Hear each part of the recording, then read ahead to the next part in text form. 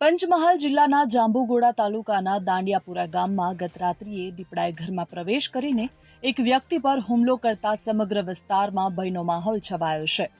તાલુકાના દાંડિયાપુરા ગામની રાઠવા ફળીમાં રહેતા વિક્રમભાઈ રણછોડભાઈ રાઠવા પોતાના પરિવાર સાથે ઘરમાં સૂવાની તૈયારી કરી રહ્યા હતા ત્યારે રાત્રિના લગભગ 10 વાગ્યાની આસપાસ તેમના ઘરના આંતરિક ભાગમાં બાંધેલા બકરાનો જોરદાર અવાજ સાંભળીને પરિવારજનો દોડી આવ્યા અને બૂમાબૂમ શરૂ કરી.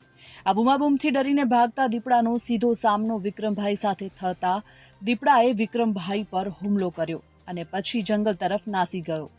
આ હુમલાના કારણે વિક્રમભાઈના હાથ અને કમરના પાછળના ભાગે ગંભીર ઇજાઓ પહોંચી છે, જેને લઈને તેમને તાત્કાલિક જાંબુઘોડા સામૂહિક આરોગ્ય કેન્દ્ર લઈ જવામાં આવ્યા. ત્યારબાદ વધુ સારવાર માટે તેઓને વડોદરા ખસેડવામાં આવ્યા છે. આ ઘટનાની જાણ થતાં જ જાંબુઘોડા વન વિભાગની ટીમ ઘટનાસ્થળ પર પહોંચી હતી.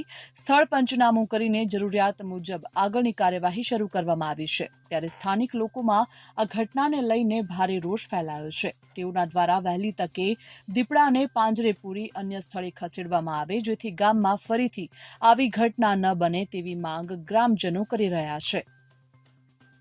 Bureau report, Gujarat fight news.